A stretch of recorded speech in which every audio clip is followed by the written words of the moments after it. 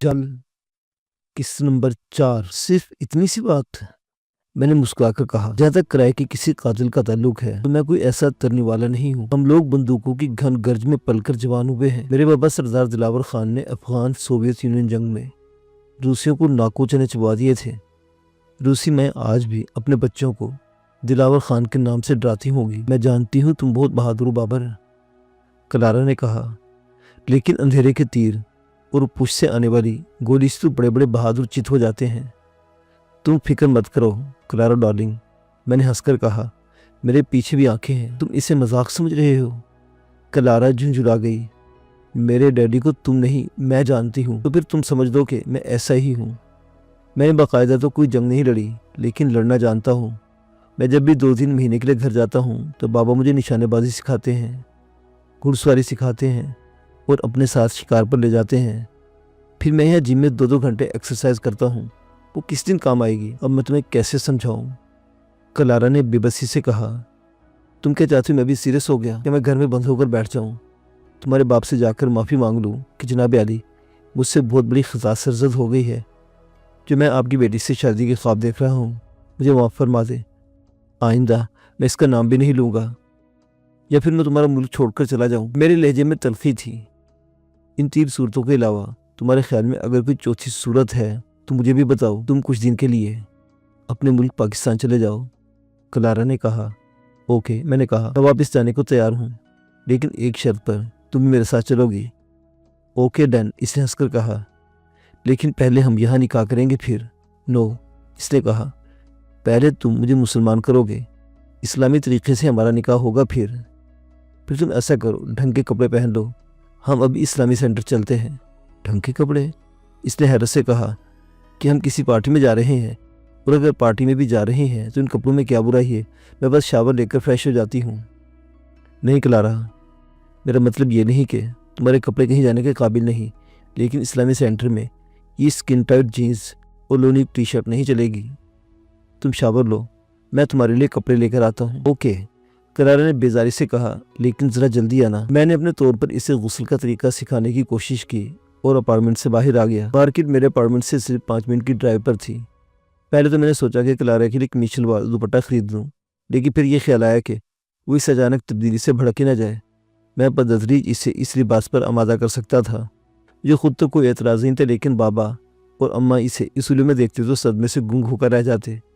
میں نے اس کے لیے بند گلے کی ایک جرسی، ڈھیلا ڈھالا ٹراؤزر اور سر پر باندھنے کے سکارف بھی لے لیا۔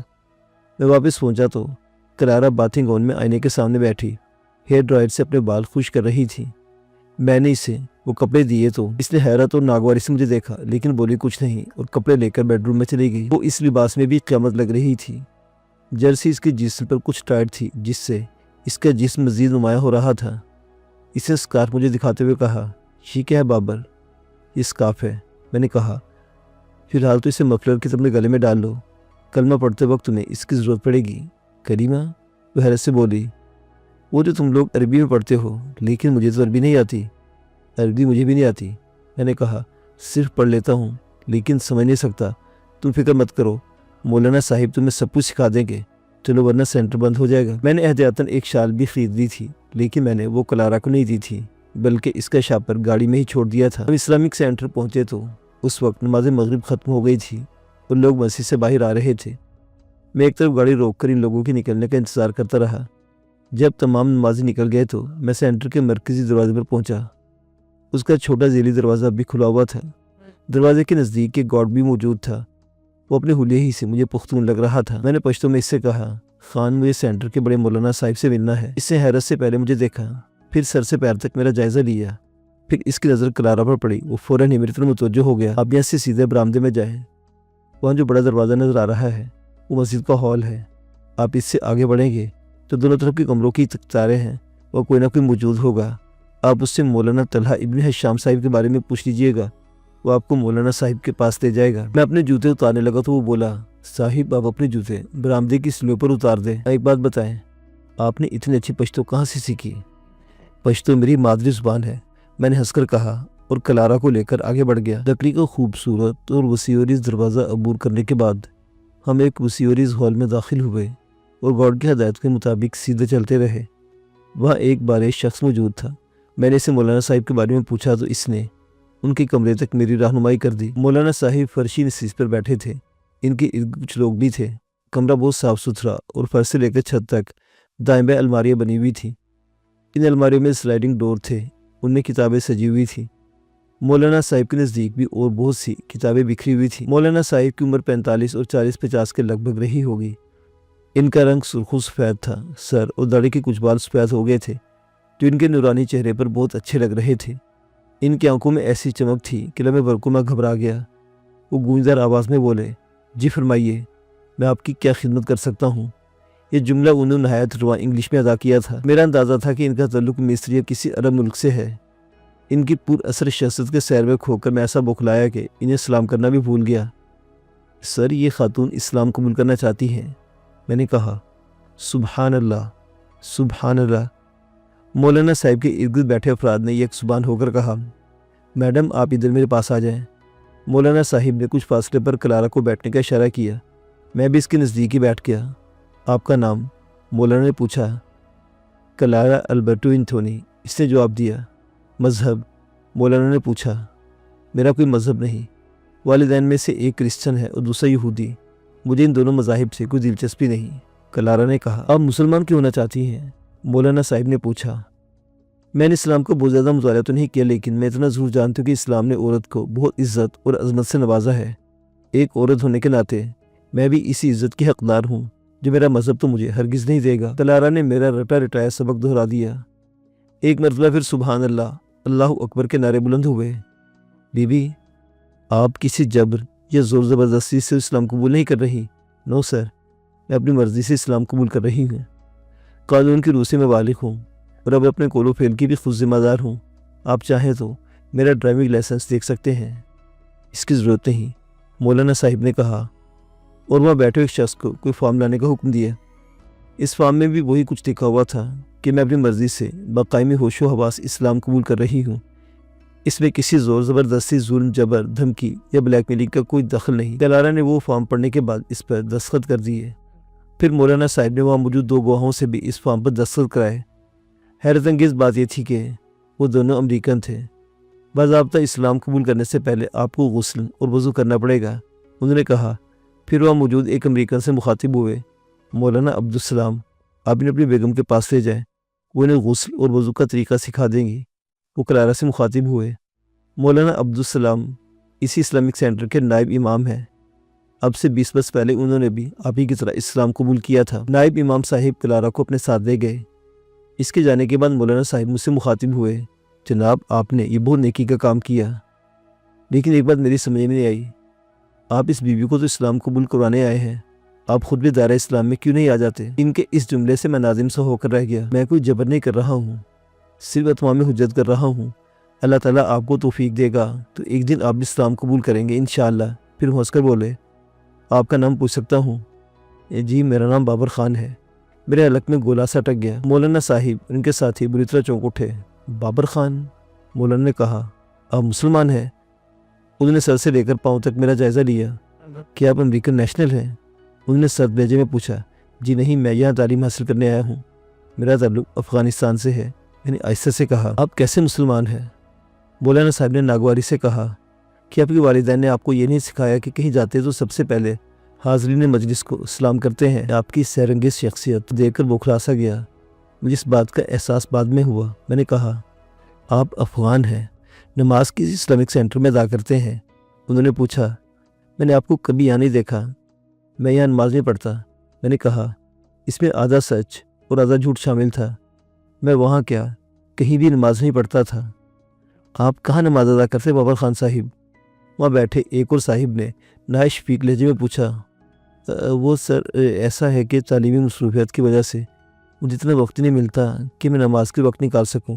میں نے ہچکچاتے ہوئے کہا، اللہ تعالیٰ آپ کو 5 وقتہ نماز باجماعت کی توفیق عنایت فرمائے۔ مولانا صاحب نے کہا۔ اس پر وہاں موجود لوگوں نے آمین کہا۔ بابر صاحب، اب میری باتوں کو برا مت مانیے گا، مولانا صاحب نے نہایت نرم لہجے میں کہا، آپ ماشاءاللہ ایک دیندار گھرانے میں پیدا ہوئے، مجھے یقین ہے کہ آپ کے والدین اور دوسرے بزرگ 5 وقتہ نمازی ہوں گے۔ یہی تو ہم مسلمانوں میں خامی ہے کہ اپنے مذہب سے دور ہو گئے ہیں اور اللہ کی رسی کے بجائے غیر اللہ پر توکل کرنے لگے ہیں، شرک ہے۔ اللہ تعالیٰ اپنے بندوں کا بڑے سے بڑا گناہ معاف کر دے گا، لیکن وہ شرک کو کبھی معاف نہیں کرے گا۔ اللہ کو چھوڑ کر نعوذ باللہ دوسرے ملکوں پر تکیہ کرنا اور انہیں اپنا نجات دہندہ سمجھنا کفر تو ہے، یہ شرک بھی ہے۔ اللہ تعالیٰ مجھے اور ہر مسلمان کو اس قبیح فعل سے ہمیشہ بچے رہنے کی توفیق عطا فرمائے۔ یہ دنیا تو ایک سرائے ہے باور بیٹا، یہاں تو ہم لوگ عارضی طور پر مقیم ہیں، اصل آزمائش تو موت کے بعد شروع ہوگی۔ اللہ تعالیٰ آپ کو اپنے اجداد کے نقش قدم پر چلنے کی توفیق عطا فرمائے۔ ایک مرتبہ وہاں موجود افراد نے یک زبان ہو کر آمین کہا۔ آپ کا تعلق افغانستان کے کس علاقے سے ہے؟ مولانا صاحب، یہ میری بدقسمتی ہے کہ میں نے آج تک افغانستان دیکھا ہی نہیں۔ میرے بابا دلاور خان میری پیدائش سے پہلے پشاور منتقل ہو گئے تھے۔ بیٹا کیا نام بتایا اپنے والد کا؟ مولانا صاحب نے چونک کر پوچھا۔ سردار دلاور خان۔ میں نے کہا آپ کے دادا کا نام سردار اسفد خان تھا۔ مولانا صاحب پرجوش لہجے میں بولے، جی ہاں، لیکن میرا جملہ پورا ہونے سے پہلے انہوں نے والہانہ انداز میں مجھے اپنے سینے سے لگا لیا۔ ان کی آنکھیں نم ہو گئی۔ میں تمہارے باپ کو اچھی طرح جانتا ہوں۔ مولانا صاحب نے کہا، تم اس مجاہد کے بیٹے ہو جس نے برسوں روسیوں کا ناطقہ بند کیے رکھا۔ میرا تعلق پاکستان سے ہے۔ میری ملاقات تمہارے والد سے اس وقت ہوئی تھی جب وہ امریکی حکومت کی دعوت پر یہاں آئے تھے۔ یہ دیکھ کر کسی کو بھی یقین نہیں آ رہا تھا کہ اس 20-22 سال کے نوجوان نے اپنے مٹھی بھر مجاہدین کے ذریعے سوویت یونین کو بھاری جانی اور مالی نقصان پہنچایا ہے۔ تم سے مل کر بہت خوشی ہوئی۔ میں بھی سوچ رہا تھا کہ میں نے اس سے پہلے تمہیں کہاں دیکھا ہے۔ تم دلاور خان کی جوانی کی تصویر ہو بیٹا۔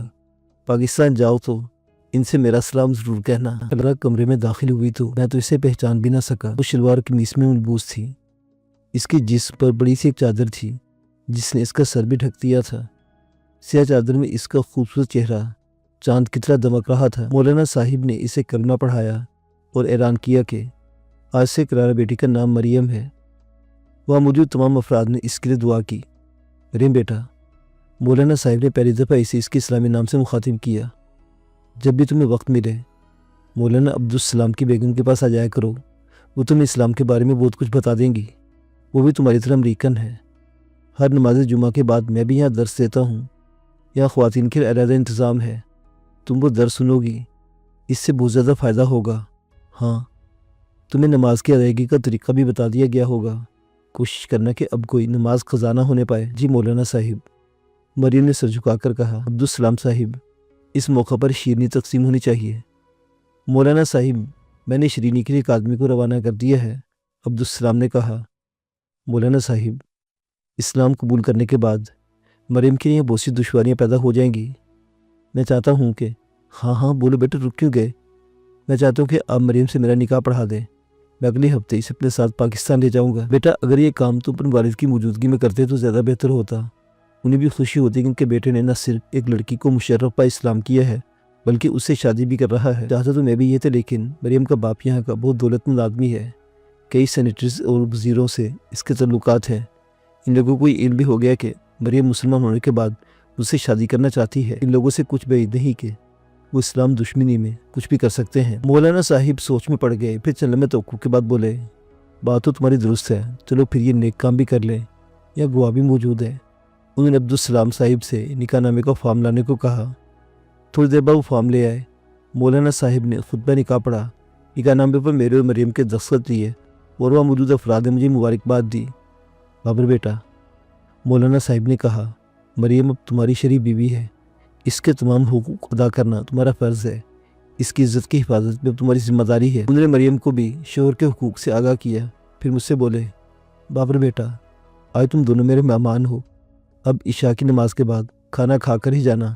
ہاں، تمہیں احتیاطاً مجھے اپنے والد کے ٹیلی فون نمبر لکھوا دو اور اپنا اور مریم کا سیل نمبر بھی دے دو۔ میں نے بابا خان کے تمام لینڈ لائن نمبرز، ان کے سیل نمبرز، اپنا اور مریم کا سیل نمبر بتایا، جنہیں مولانا عبدالسلام صاحب نے نہ صرف ایک رجسٹر میں لکھ لیا بلکہ اپنے سیل فون میں بھی محفوظ کر لیا۔ رخصت ہوتے وقت بھی مولانا صاحب نے ہمیں بہت سی ہدایات دی اور دعائیں بھی دی۔